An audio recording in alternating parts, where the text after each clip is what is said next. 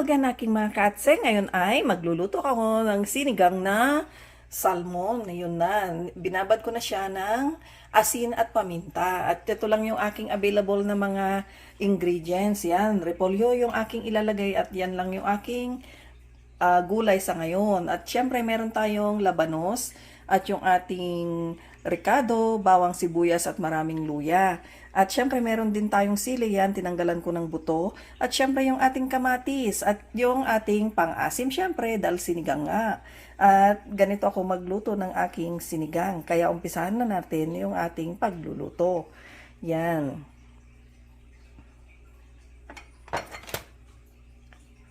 Lagyan lang natin ng mantika kasi ganito ako magluto ng sinigang.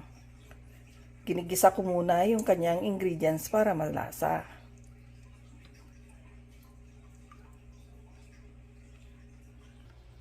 Yan, aking mga kaatse, pag ready na yung ating mantika, ilagay lang natin yung ating mga ricado. Yan, sibuyas, gisahin lang natin.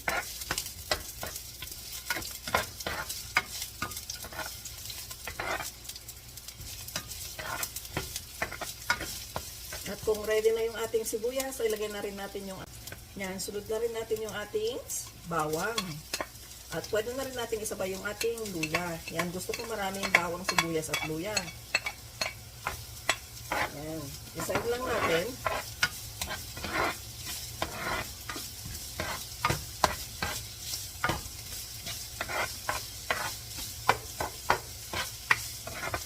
At pag nag-isa na, ay pwede na rin natin isunod yung ating kamatis.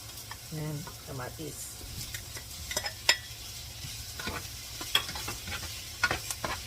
Isahin lang natin.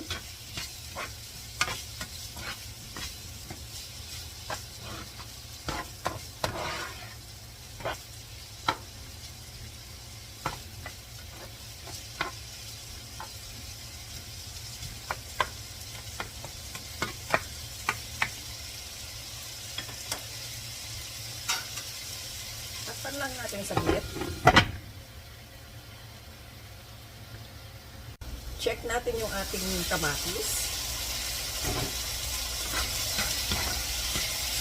At pag ready na, ilagay na rin natin yung ating labanos or lobok. Ayan. Sama na rin natin siyang igisa. Yan, ganyan. Saglit lang.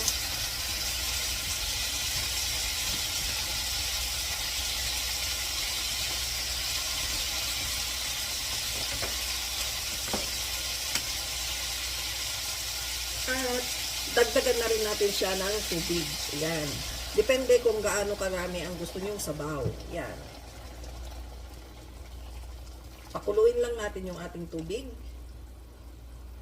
At dahil kumukulo na rin ng nilagay ko, kaya mabilis na siyang kumulo. Ayan. O.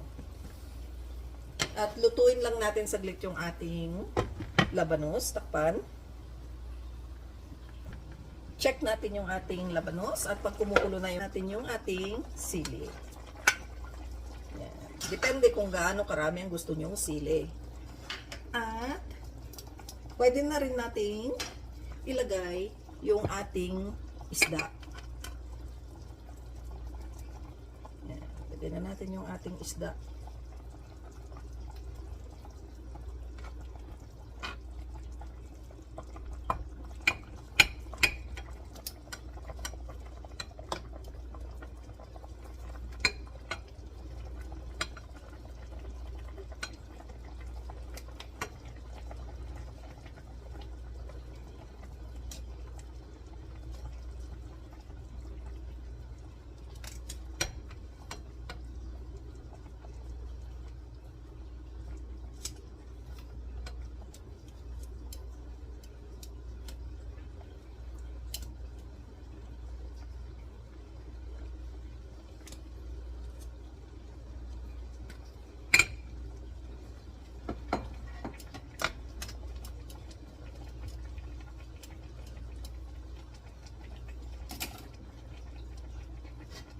At takpan lang natin.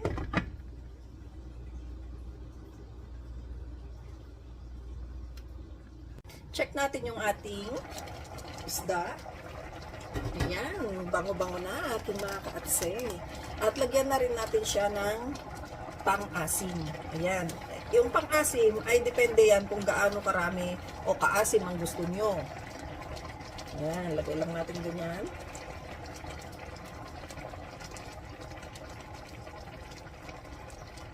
Ayan, depende sa asim na gusto nyo.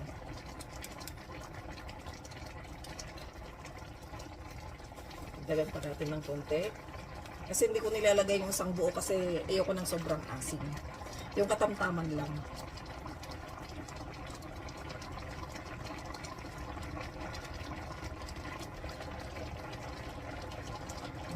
Sarap. Sarap na ng ating sinigang na salmon.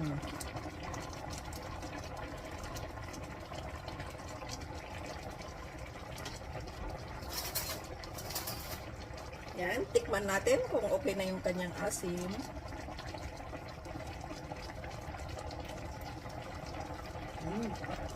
Tama lang yung asim sa akin.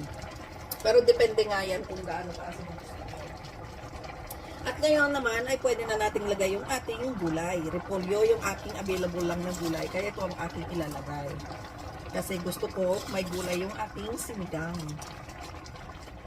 Yan. Lagay lang natin dyan. Kahit anong gulay ang gusto nyong ilagay. Wala lang kasi akong ibang gulay, kundi ito lang. Kaya ito lang yung aking ilalagay.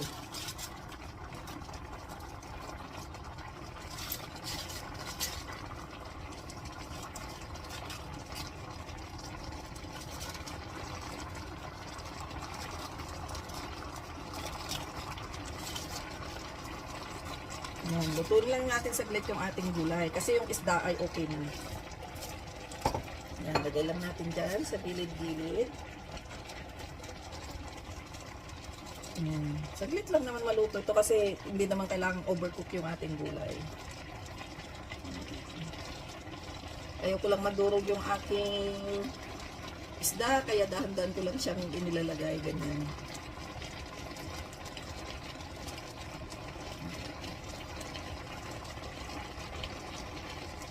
At yan, aking mga kaatse, luto na yung ating sinigang na salmon. Kaya, kakain na tayo. Oo, sarap-sarap. Yum, yum, yum. O, diba? Kabilis lang magluto. Very easy and simple. O, diba? Kaya, magsandok na tayo at tayo'y kakain na. Let's eat, let's eat.